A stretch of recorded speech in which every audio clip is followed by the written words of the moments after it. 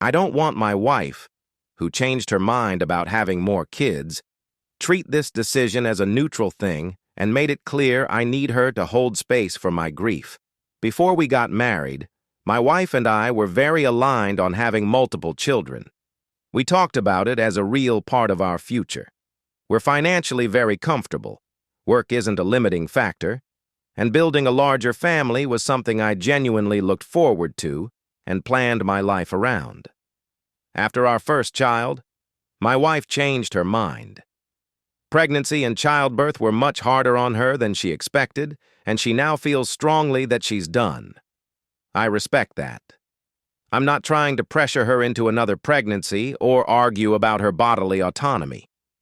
What I'm struggling with is everything after that decision. Her decision changed the course of my life too, and what I envisioned, so I need her to see it. For me, this wasn't just, okay, we'll have one instead of 2 or 3. It felt like losing an entire future I had already mentally committed to, and I feel like I'm expected to just accept that quietly and move on because she had a valid reason for changing her mind. Our couples therapist encouraged me to open up, and I told her I need her to acknowledge that by changing her mind, I lost something real, and that loss matters, even if she had every right to make the choice she did. I don't want this to be something I mull over while we pretend everything is fine. I need us to actually tend to it, not sweep it under the rug.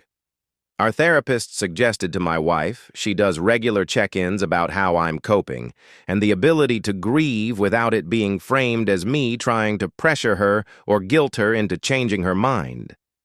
I also told her that since the future we originally planned isn't happening, I need the new one to actively include things that give my life the meaning I thought a larger family would provide.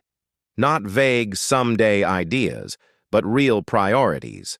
For example, I'd like us to be deeply involved in my niece's and nephew's life, which means showing up consistently, helping with education, being a real secondary support system, not just seeing them on holidays. I also want our home to be a place where people gather regular dinners, holidays, open doors so life doesn't shrink inward into just the 3 of us.